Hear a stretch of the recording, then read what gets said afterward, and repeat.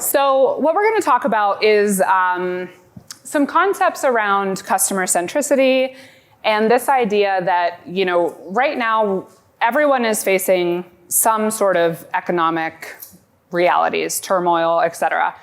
And so, I mentioned earlier that historically, service was seen as this cost center where it would be like, okay, well, where can we cut? We'll cut here, right?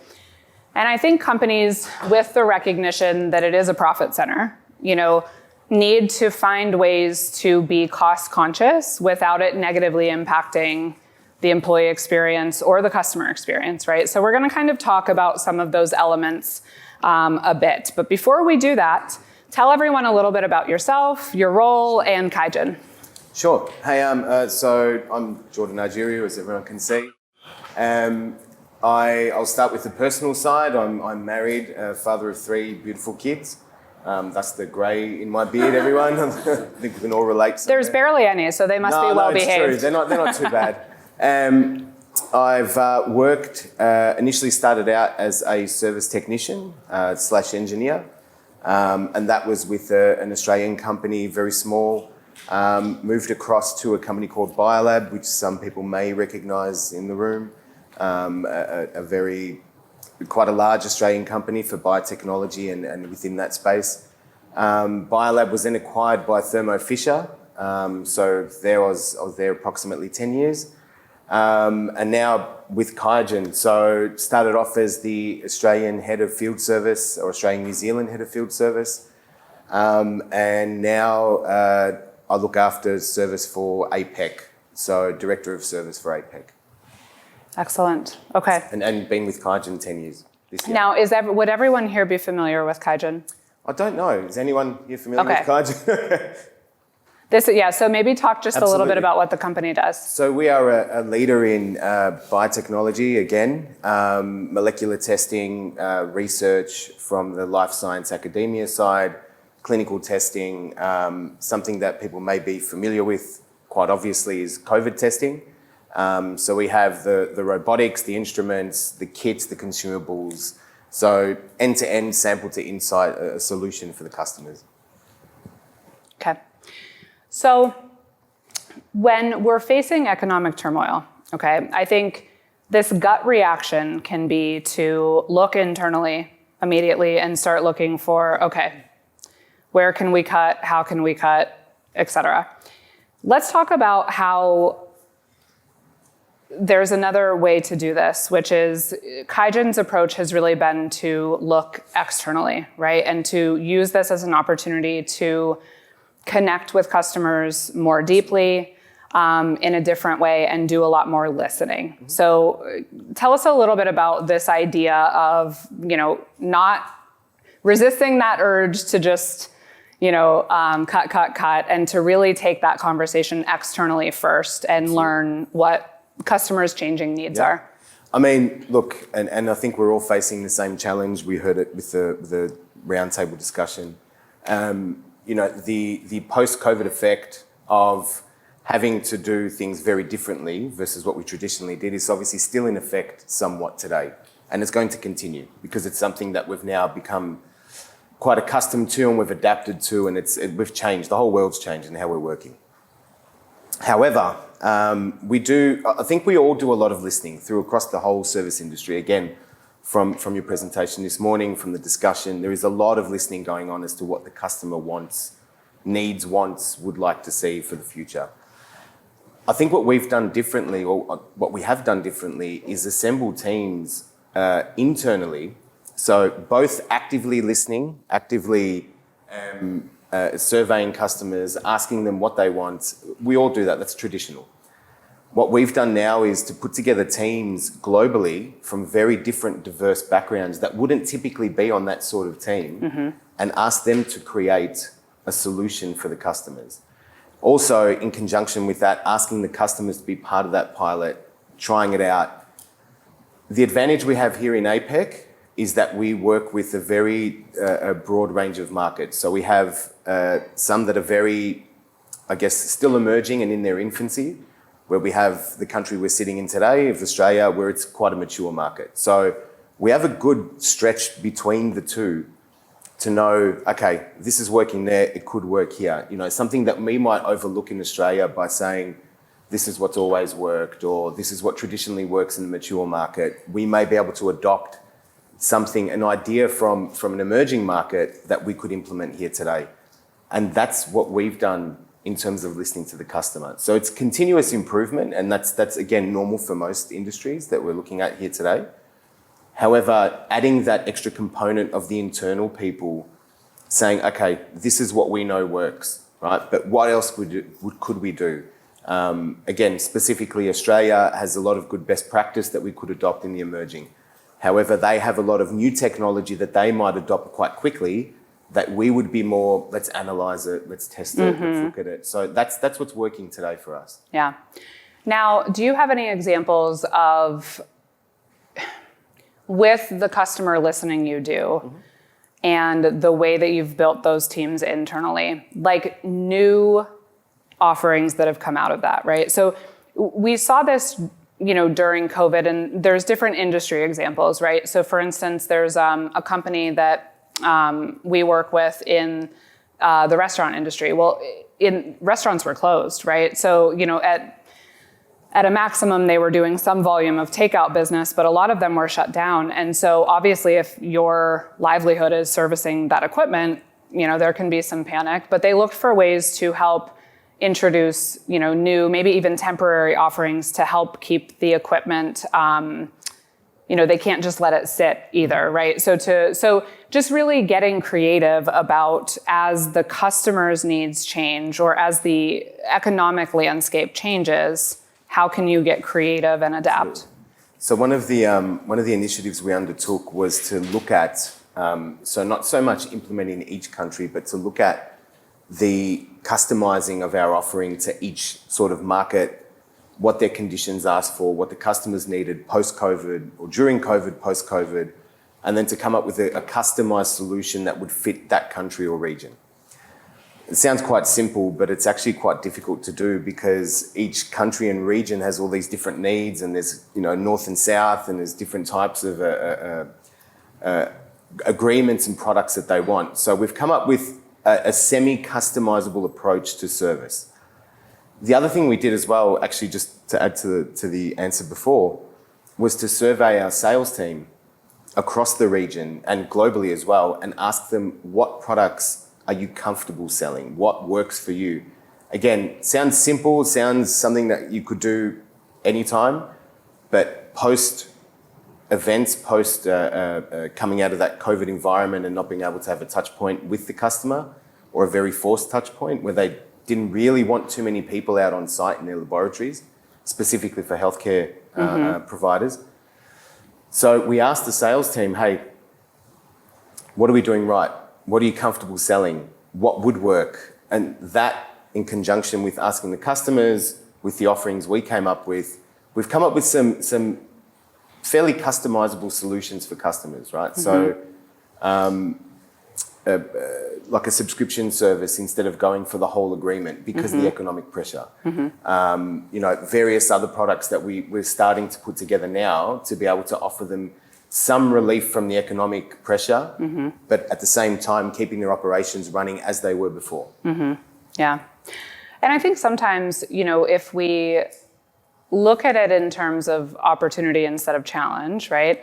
In an economy where customers have their own cost consciousness, sometimes that can be a good thing for service, right? I mean, if you manufacture equipment, assets, you know, organizations are looking to extend the life because they don't want to make new CapEx investments. You know, if you can offer these new arrangements as a service, you know, that might not be what you have done or, you know, maybe an ideal, but it's a way to sort of think outside of the box.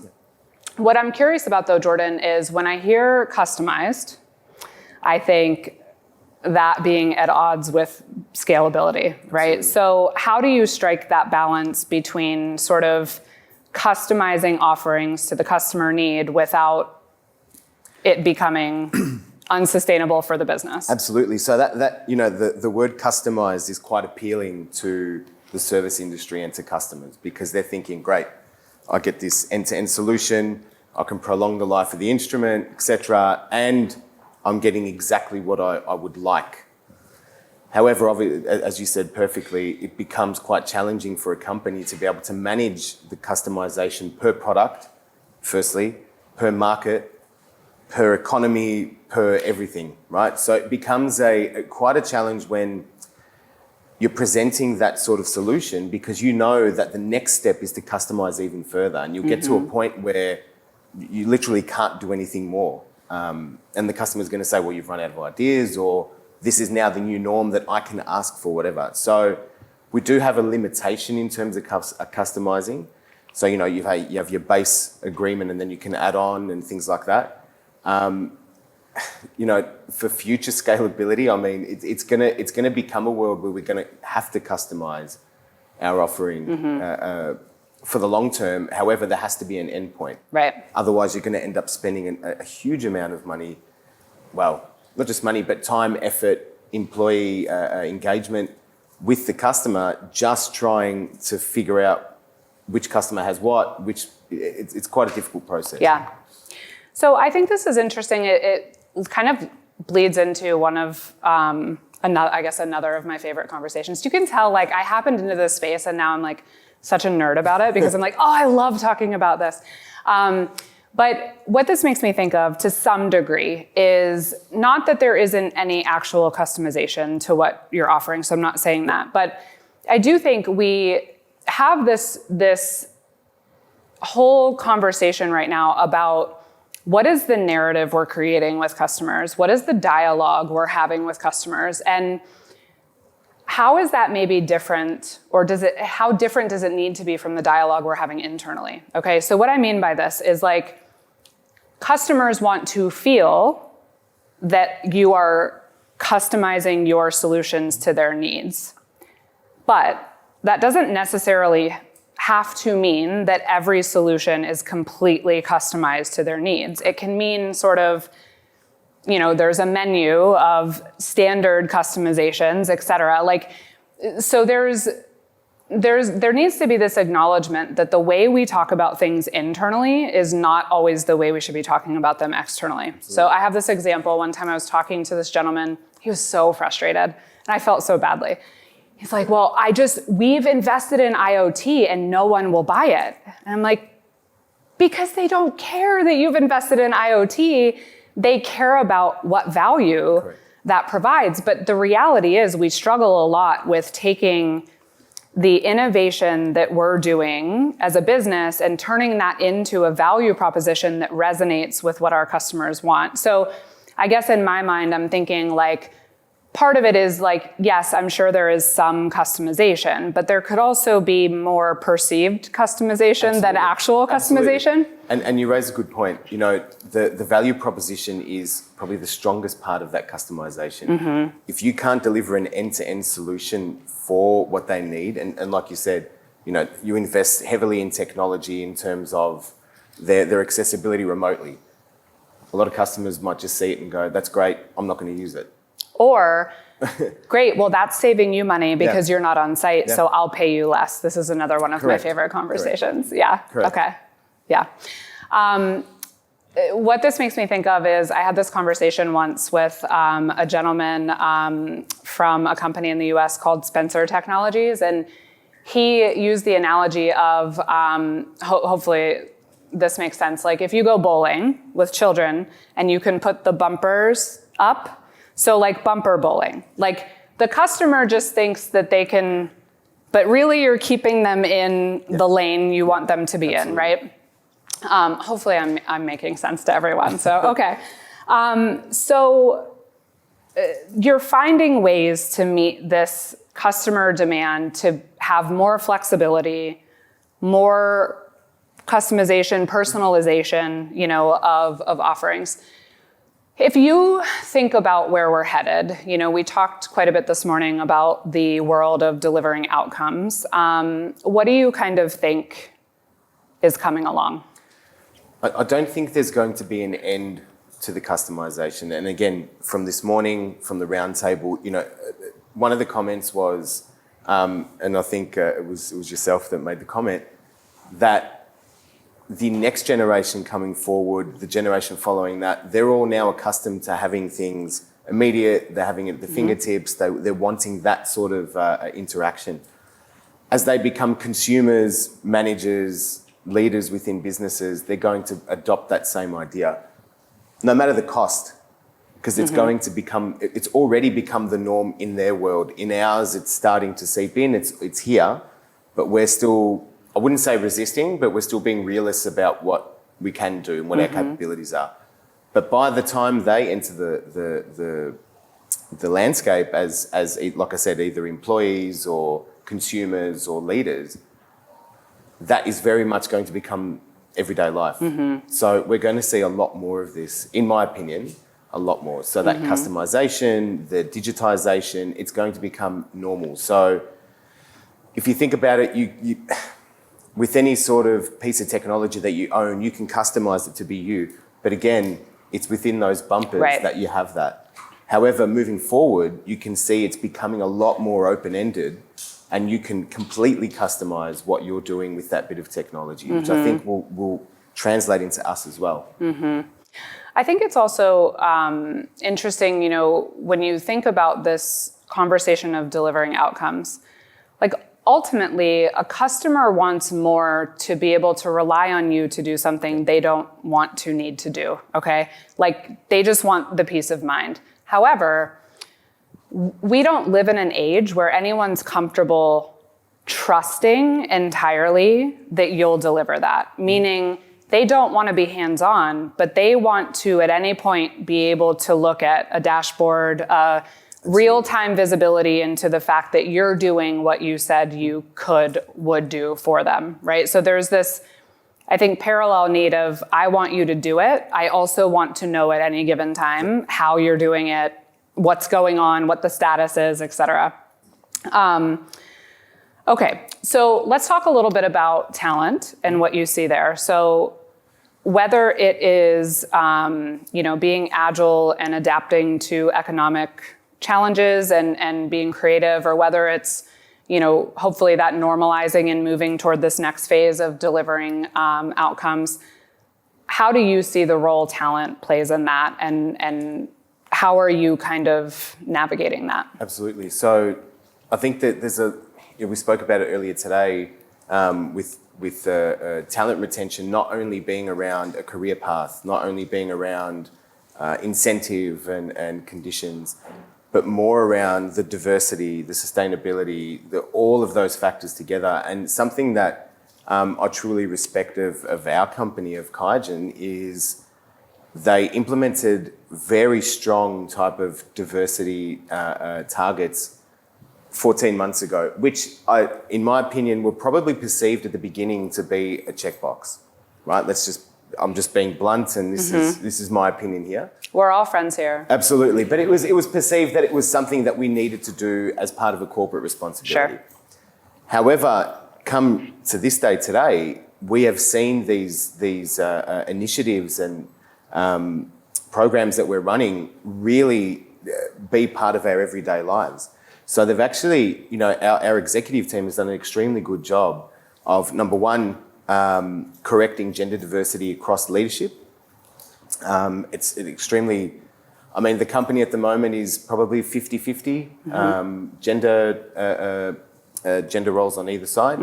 A lot of leadership where, you know, typically it was governed by service leadership, as a good example, is typically male dominated because they progressed through, through, right?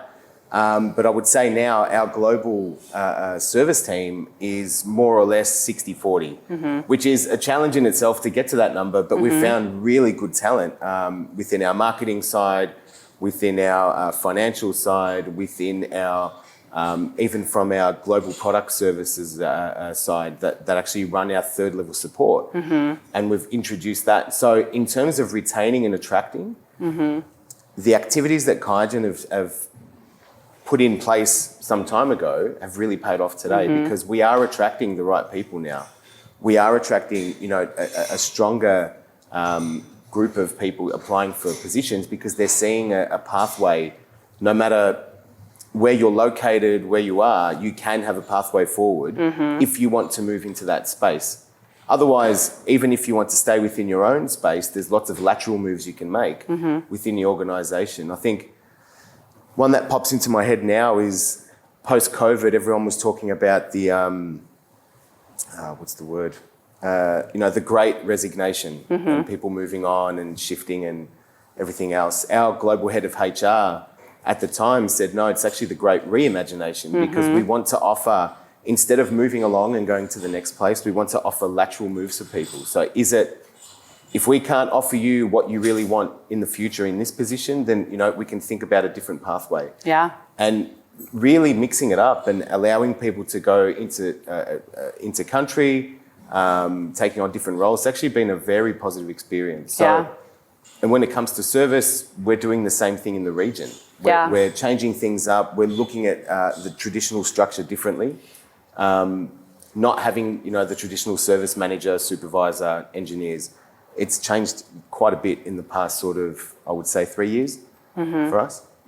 I love that perspective of the great reimagination. Yeah. I think I had a conversation recently about how so much of the potential in service is about how you perceive it, because each of these challenges is also an opportunity, but you have to push beyond the realities of the problem. And that's not to say they are not real problems, but you have to get over perceiving them only that way to be able to see that opportunity that lies beyond there, right?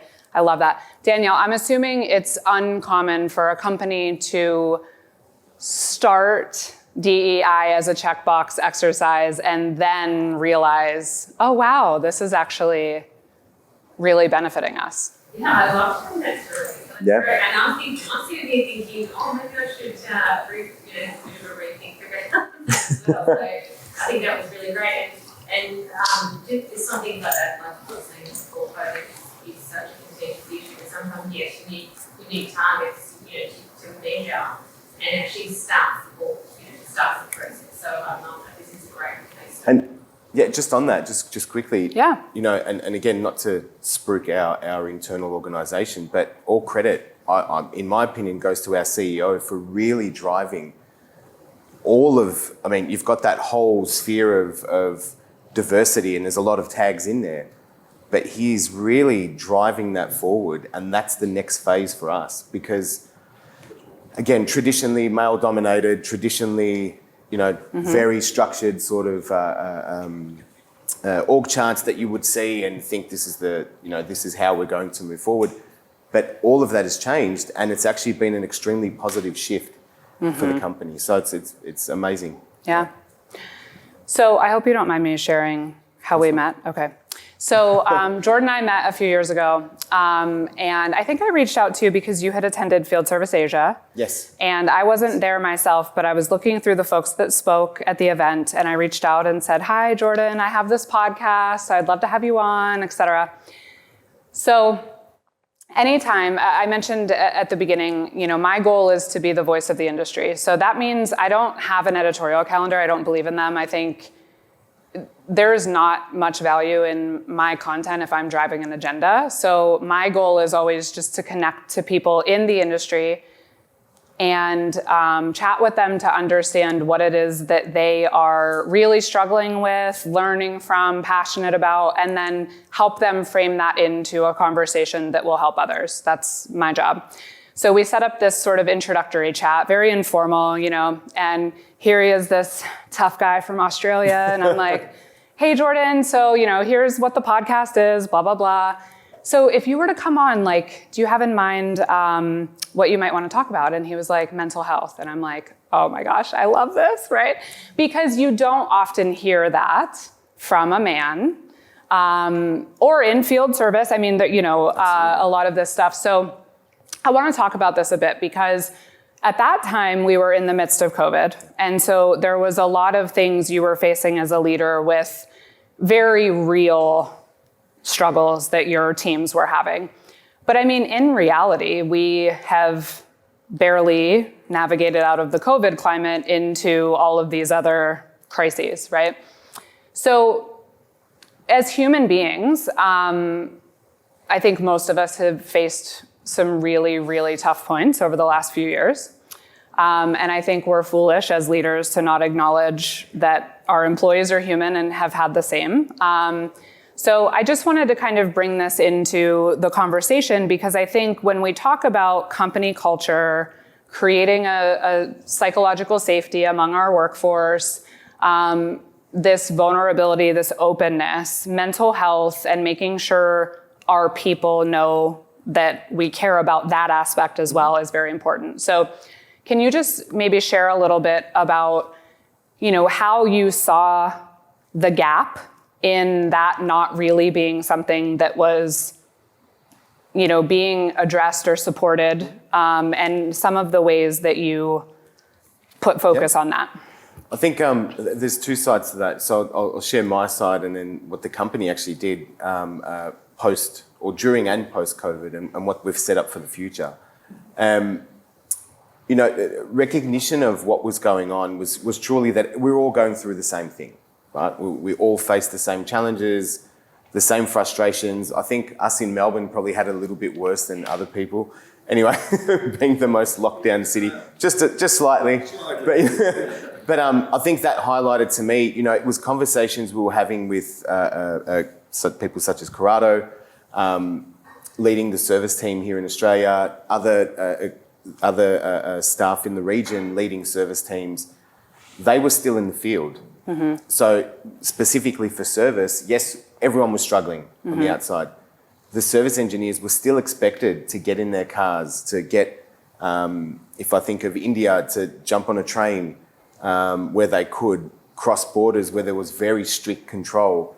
It all impacted the teams dramatically. They would be exhausted at the end of the day, not physically, because they've only gone out for one job because there wasn't much going on, but mentally they were thinking, here's another checkpoint.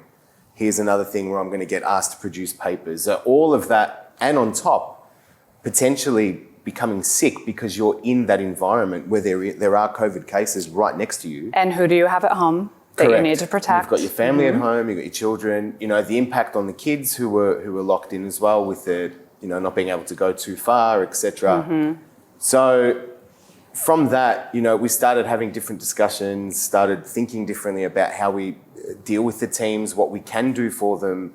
Are there little things we can change every day to make life easier for them?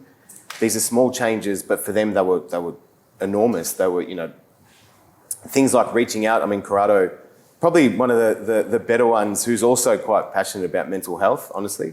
I'm not talking him up because he's my colleague, but it's I don't mind. No, he's very passionate about it. So again, staying in constant contact with them, asking if they're okay. Do you need a day? Do you need something else? Can we provide something for your family to be able to, be a bit more comfortable during this time? So we did all of that in the region. And it actually ended up that we retained everyone. I think it was like one or two that moved on to other companies though. So it was a natural progression, but we did retain the entire team. The second part of this is though, what's come during and post-COVID is that QIAGEN have set up a lot of global global collective groups. There's one called, and we put a QIA tag in front of everything. So there's QIA Thrive, QIA Diversity. So there's ones that cover, general parenting throughout the pandemic, general parenting post. And now, just being a parent, being able to juggle potential economic struggles that are happening for everyone and country. And then, there's a lot of talks that happen, live face-to-face discussions. And from those groups, we then come up with initiatives that roll out into the company. So the most positive part for me is that the senior leadership or our executive council are actually a part of all of these groups. So they're sponsoring these groups. I am part of the QIA Thrive group as a global leader in there. And again, things that we talk about, the initiatives that come out of it, and it's all stuff that we are all contributing to. So these aren't topics that we're going, okay, they're on this list, we need to address them, there's economic pressure, these are topics that are coming up in discussion, and if they are considered to be quite critical, then we move forward. So I think there's a couple things I want to say. So going back to the podcast conversation we had, we talked about some of the things you were doing at that time. And, just to maybe paraphrase a couple points, I think there was no magic bullet to making it a focus in the business. It was really about treating every conversation as a human conversation and starting with, how are you? Yep. Are you okay? Sharing vulnerably your own status so that people know it's okay to also share. So it's, a lot of times there's these big issues, and if you're not a mental health expert, it can seem daunting, like, well, how do we accommodate for that, right?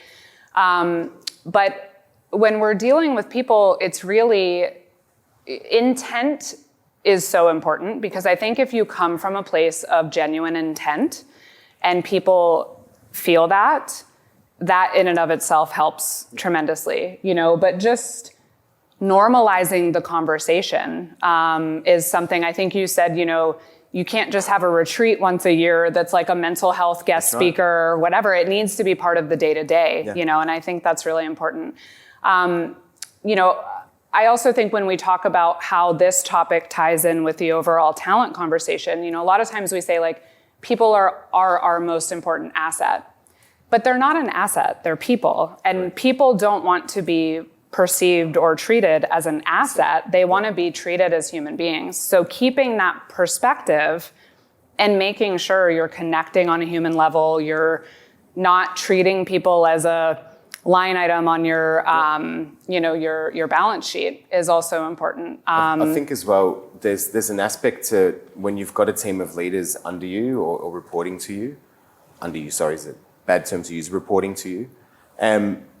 I think you need to remind them to stay grounded, because quite often a younger, and this isn't a generalization, but a younger leader who has progressed quite quickly can sometimes perceive their team as like, okay, I'm in charge now, this is what I'm going to say, this is how it goes. And then they get so caught up in the everyday and the challenges we're facing now with, expenditure pressures at a high level, particularly we don't want to pass that down to anyone, so we deal with it, within our sphere. However, that person gets caught up in that pressure and then forgets the human side of reporting. Right. So this is where it comes back to having to coach them, to remind them to stay grounded. I was in those shoes one day, some time ago. If you don't stay grounded, that team quite quickly disrespects you because you're prompting the disrespect. Yeah. They don't respect you as a leader. Yeah. And I think that's a really good point. With the economic pressures that are our reality right now, it can be really easy to unintentionally pass that burden on to the front line. But at the end of the day, that isn't their responsibility, and so making sure that you don't, negatively impact the morale, how they feel about their roles, et cetera, just because, the organization itself has these pressures. I think it's a really important part of the discussion. So I mentioned earlier this idea, going back to the topic of just, navigating the need to be cost conscious without sacrificing employee experience or customer experience. What opportunities do you see to better leverage or, expand leverage of technology to sort of work smarter instead of harder and to kind of look for ways to help? Yeah. I think we heard it this morning that the connectivity, the remote connectivity into the instruments, which is something that we're now investing in quite heavily. So any new instruments will come out with some sort of connectivity and a pre-prompt to us that there is something wrong. However, the other side is that we are now looking at solutions that will enable us to be able to repair or offer some sort of fix post sending someone out. So that impacts both, not just the employee, but also, not just the cost saving to the company, but also the employee, because there's less stress on them to be able to go out, to have to go out and repair this instrument physically versus having to do, being able to do some sort of remote repair, or it can be done elsewhere. And that sort of, again, we heard it at the round table that the remote connection is something that we're all trying to do. Is it what our customers want today? Not everyone. I think within our space, they are asking for it more and more because they want less interaction physically. Yeah. And they want operations to be as smooth as possible. So moving forward, I mean, this is going to be the next step. Within the space we work in, you know, the biotechnology side, the healthcare side, this is going to be that next level. To be cost conscious as well, it can be a heavy investment at the beginning, but if you've got everyone aligned, then, you know, if you see an outcome that's going to be positive, and again, get that feedback from the market, get the feedback from internal, get the feedback from our engineers as well, as to where that should go, then that's where we'll head.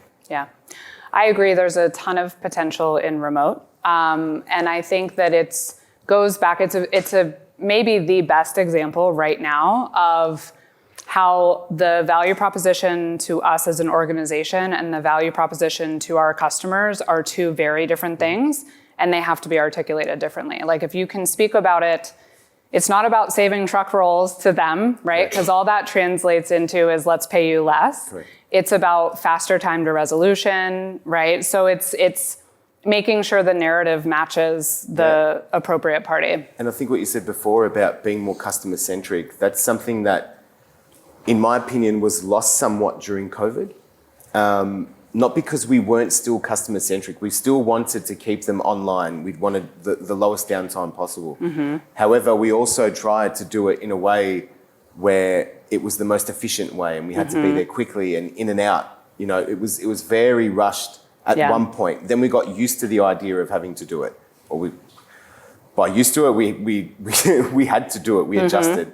Now that we've come back, I feel as though, and not just within the service space, but other companies that we see have taken that on board and kept it, but the customer centricity isn't there anymore.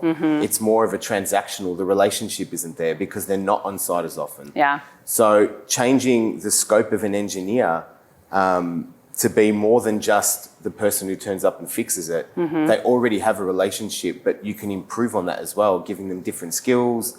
Yeah. Again, keeping it customer centric. So again, you know, and then if you think about a cost in the long run for a company, I mean, if that engineer is selling that second, third, fourth instrument, fantastic, right? I mean, no reductions, I'm just saying. Yes, it's for sure. Outcome. All right, any final thoughts or comments for No, I think, folks here? Yeah, absolutely. First of all, thank you for having me. Thanks for coming. I appreciate it. And thank you for everyone for turning up and offering valuable feedback as well and having good conversations. But in terms of what we've just discussed, I mean, if we don't, so on the mental health side, if we don't stay on top of it, it's going to just consume us. You're going to lose talent.